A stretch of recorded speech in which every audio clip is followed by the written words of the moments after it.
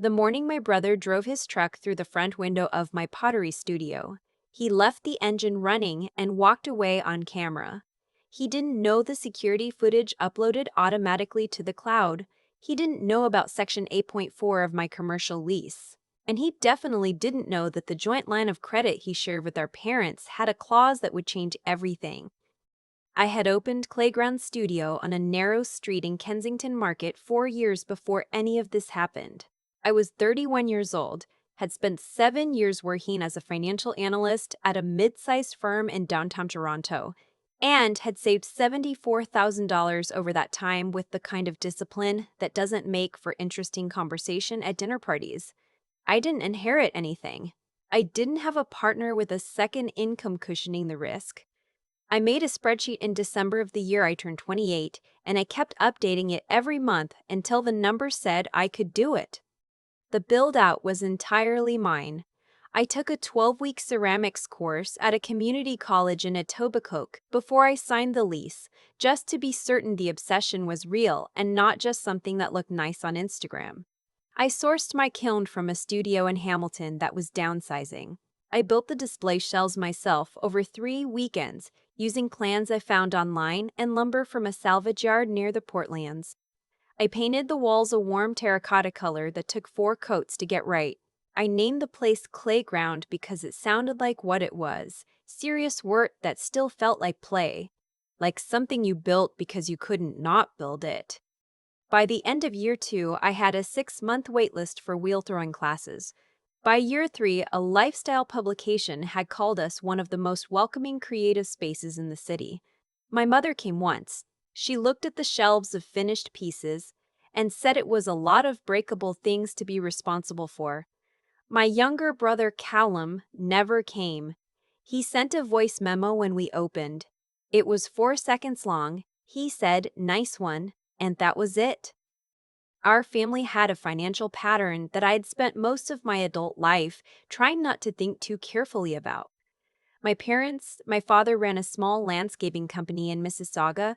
My mother worked part-time in medical billing, had 2 children. I was the older one who left for university on a scholarship and figured things out without asking. Callum was the younger one who asked regularly and was almost never told no. The accounting, when I eventually sat down and tried to reconstruct it, was significant. My parents had co-signed 2 of Callum's car loans. When he lost his job at a logistics company in 2019, they covered 3 months of his rent, which at the time was $1,800 a month in Brampton. They paid off a credit card balance of just over $17,000 the year he turned 27, the result of what my father described as a rough patch. They fronted $38,000 for a business idea he had, some kind of drop shipping operation that he said was going to replace his income within 18 months. It lasted about 11. I never asked for any of it. I also never received any of it. When I needed a reference letter for my commercial lease application, my father wrote one. It was 2 sentences. When I asked if he'd consider being a guarantor on my equipment financing, he said he didn't like having his name on other people's debt. I found another guarantor. I didn't say anything about the asymmetry at the time because I had learned a long time ago that pointing it out never changed anything. It only made you the difficult one. What I didn't know, what I had no particular reason to know, was that the money my parents had extended to Callum over the years had a source, and that source had its own terms. I didn't know they had a joint line of credit with him at a credit union in Mississauga, one that carried both their names and his, opened originally to help him manage cash flow during the drop shipping period. I didn't know the balance on that line by the time Callum drove into my window was somewhere above $41,000. I didn't know any of that, but Section 8.4 of my commercial lease did. Let me explain how I got there, because none of it was accidental. 14 months before the truck, Callum came to Clayground with an idea. He didn't call ahead. He showed up on a Tuesday afternoon in November, looked around the studio the way someone looks at a thing they've decided isn't as impressive as they expected, and told me he was starting a creative rental business. Event spaces, workshop rentals. He said he had a client list already.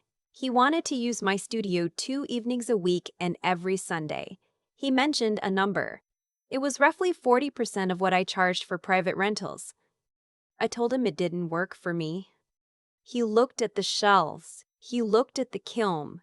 He looked at the hand-painted sign above the door that my friend Petra had done as a gift when we opened. Then he said, in the tone he had always used for things that were supposed to sound like observations rather than threats, that our father knew my landlord through the Mississauga Business Association. He said it lightly, like he was mentioning the weather. I told him to leave. He left without raising his voice. He left the way someone leaves when they've already decided what happens next, and they're just giving you a chance to avoid it. The security footage uploaded at 7:43 on a Saturday morning in March. I was at the Brickworks Farmers Market with a canvas bag and a coffee from the vendor I always stopped at first. My phone started going in my coat pocket and didn't stop. 2 calls from Petra, who had a key and sometimes opened for me on Saturdays. A text from a number I didn't recognize that just said, "Call me urgent." Then a message from Petra that said, "Don't come in alone." I called her back. Her voice had that particular quality that voices get when the person on the other end is choosing their words in real time because the wrong ones might make things worse. She said there had been an incident. She said the front window was gone. I pulled up the security system on my phone right there on the sidewalk beside a table of greenhouse tomatoes. The footage was timestamped 6,051 a.m. Callum's truck, a gray 2018 F-150, the one my parents had co-signed the loan for, reversed into the front window of my studio at low speed, deliberately, then pulled forward and did it again. He got out. He was wearing a jacket I recognized. He walked around to the passenger side, opened the door, and took out something I couldn't immediately identify. Then I realized it was a box. He put it on what remained of the window ledge and walked back to his truck and drove away. The box, it turned out, contained a handwritten note. It said, "Enjoy the ventilation." The camera had his face for 11 seconds of clear footage. He had used a key to open the gate that accessed the rear parking lot. The key that had lived on the hook inside my parents' back door in Mississauga for 3 years, because I had given it to them when I went to Portugal for 2 weeks in the fall and needed someone to have it in case of emergency. I stood at the market with the coffee going cold in my hand, and I didn't move for a while. Then I walked to my car. The damage was worse in person. The front display window was completely gone. 3 shelves of finished pieces, pieces that students had been coming in to collect for the end-of-session showcase, were destroyed. The floor had about $4,000 worth of breakable things in it, which felt like my mother had been right about something after all. Petra was standing in the doorway when I arrived. She had already called the non-emergency police line. She put her hand on my shoulder and didn't say anything, which was the right thing to do. The officer who attended, Constable Rowe, walked through the space with me and documented everything. She took the box with the note. She took a copy of the security footage I sent her on site. She said the footage was unusually clear and asked if the system had off-site backup. I told her it uploaded automatically to a cloud account every 4 hours and had done so since the day I installed it. She said that was going to be helpful. I made one call that afternoon. Her name was Simone, and she was a commercial litigator I had met through a former colleague at the analytics firm. She wasn't a friend exactly. She was something more useful than a friend in that moment. She picked up on the third ring, and I explained what had happened in about 90 seconds. Before I finished, she said, "Send me the footage and your lease document. Don't touch anything that isn't already touched." I told her Callum had used a key my parents held. There was a silence on the line, brief but deliberate. "Your lease," she said. "Send it now." I had negotiated my commercial lease with unusual care for someone who had never signed one before. I had spent 11 days going through it with a real estate lawyer before I agreed to anything, and I had pushed back on several standard clauses and added several non-standard ones. I had read enough about small commercial tenancies in Ontario to know that most standard leases left tenants significantly exposed in situations that weren't the landlord's fault, but weren't exactly the tenant's fault either. Section 8.4 was a clause my lawyer had drafted to my specifications. I had told her I wanted any party who provided access to the premises, directly or indirectly, knowingly or not, to carry civil liability if that access resulted in damage. I had told her I wanted the language to be broad.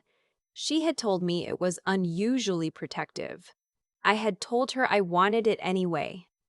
Simone reads Section 8.4 in about 6 minutes. "Who holds your rear gate key?" she asked. I told her.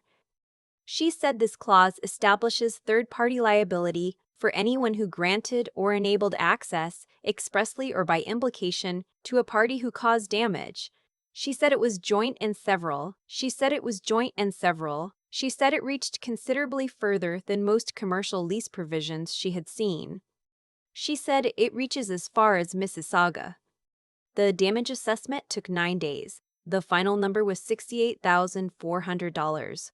That covered the structural window replacement, the display shelving, the destroyed student work for which I had replacement liability under my studio's terms of enrollment, and 4 weeks of closure during which Petra, who had 2 part-time jobs and a kid in junior kindergarten, had no income from me. Callum's lawyer, a man named, I will simply call him a man who had not read Section 8.4, called me on a Thursday and spoke for about 4 minutes in the easy register of someone who expects a settlement conversation. I let him finish. Then I asked him to pull up my commercial lease and read Section 8.4 aloud. The silence that followed had a particular texture. He said he would need to review the full document. I said, "Take your time." Simone had already filed, not only against Callum, but against my parents, as the parties who had held the key and provided the implicit authorization that Section 8.4 captured. Their names were on the filed claim. Their insurance provider had been notified, and what Simone had found in about 60 hours of research was that the joint line of credit my parents shared with Callum at the Mississauga Credit Union carried a covenant that neither of them had apparently focused on when they signed. Any civil liability claim exceeding $50,000 filed against any account holder triggered a mandatory credit review and potential acceleration of the outstanding balance. My claim was $68,400. My father called on a Sunday evening. He was not calm. He told me I was being vindictive. He told me Callum had made a mistake. I said he drove his truck into my window twice, on camera in March, left a note, and drove away. I said that is not a mistake. A mistake is forgetting to lock the door. This is a choice made in sequence with deliberate steps. He said the line of credit was a private family matter. I said my studio was not an abstraction. He said several more things. I heard them. I told him I loved him and I was not withdrawing the claim. He hung up. My mother called 2 days later. She was more composed than my father, but the fear underneath it was audible. She asked if I understood what this meant for them. I told her I understood what 4 weeks of closure had meant for Petra, who had a child and rent and no backup income. I told her I understood what it had meant to walk into my studio and see the floor covered in pieces that students had made with their hands over 12 weeks and were coming in on Saturday to collect. I told her I understood what it was to build something carefully over 4 years and have it entered through the front window before 7 a.m. on a Saturday. She said I was making it harder than it needed to be. I said Callum had made it what it was. I ended the call. The credit union completed their review in 31 days. They didn't call the full line. A final judgment was required for that, not merely a filed claim, but they required my parents and Callum to address the covenant breach within 60 days or face an accelerated repayment demand on the outstanding balance. The 3 of them together did not have $41,000 liquid. Callum's lawyer, who had by this point read Section 8.4 several times by the look of his correspondence, negotiated a settlement of $500 payable over 18 months, with my parents named as co-obligors on the personal guarantee alongside Callum. The criminal matter proceeded separately. Constable Rowe called me to confirm that charges had been laid, mischief over $5,000, which is an indictable offense under the Criminal Code of Canada, and possession of property obtained by crime for the key, which had not been returned. The security footage, timestamped, his face clear for 11 seconds. The note in his handwriting was the primary evidence. Callum received a conditional sentence of 12 months to be served in the community, with conditions including 200 hours of community service, a no-contact order with my studio premises, and restitution acknowledged in the civil settlement. His lawyer tried to argue at one point that the truck contact was accidental, that he had misjudged the parking distance. The footage showed him reversing, stopping, then reversing again with increased speed. The judge did not find the parking argument persuasive. I reopened Clayground on a Thursday morning in early May. Petra repainted the lettering on the new front window, freehand, the same style she'd used for the original. My friend Donovan came in at 8 in the morning with coffee from the same place I always stopped at the Brickworks Market, set it on the counter, and didn't make a speech about it. We stood in the studio in the good morning light that came through the new glass at an angle I had not anticipated being better than the old glass but was, and drank our coffee, and it was just the place open again. The credit union's covenant review cost my parents and Callum a restructured repayment schedule and a permanent mark on the joint account standing. The co-obligor guarantee on the settlement meant that for the next 18 months, every payment they missed would be a legal matter, not a family one. Callum completed his community service hours at a municipal facility in Brampton. I heard this secondhand. I did not seek the information out. My parents have my number. I have not changed it. We have spoken twice since the settlement was signed. Once at a family obligation in the summer that I attended for 40 minutes, once by phone about an unrelated matter. We are civil in the way that people are civil when the accounting between them has been made explicit and neither side found the final number comfortable. Clayground is open 6 days a week. Last quarter was the strongest quarter since we opened. Petra got a raise. The new front window has a slightly wider pane than the original, which means the afternoon light falls across the display shelf in a way that makes the glazed pieces look like they're lit from inside. I notice it every time I open up.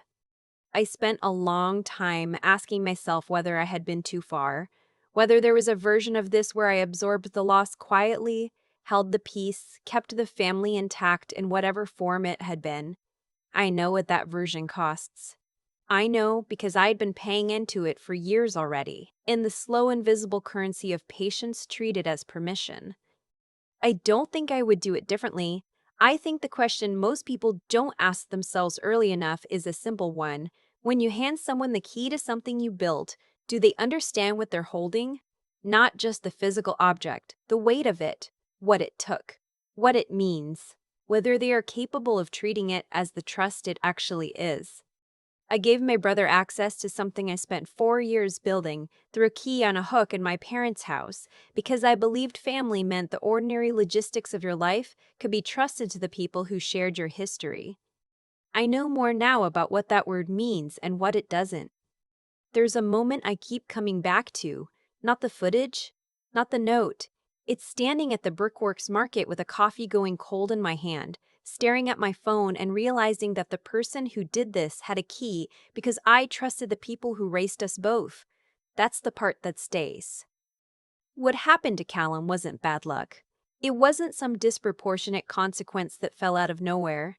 He drove his truck into something I built with 7 years of disciplined saving and 4 years of daily work.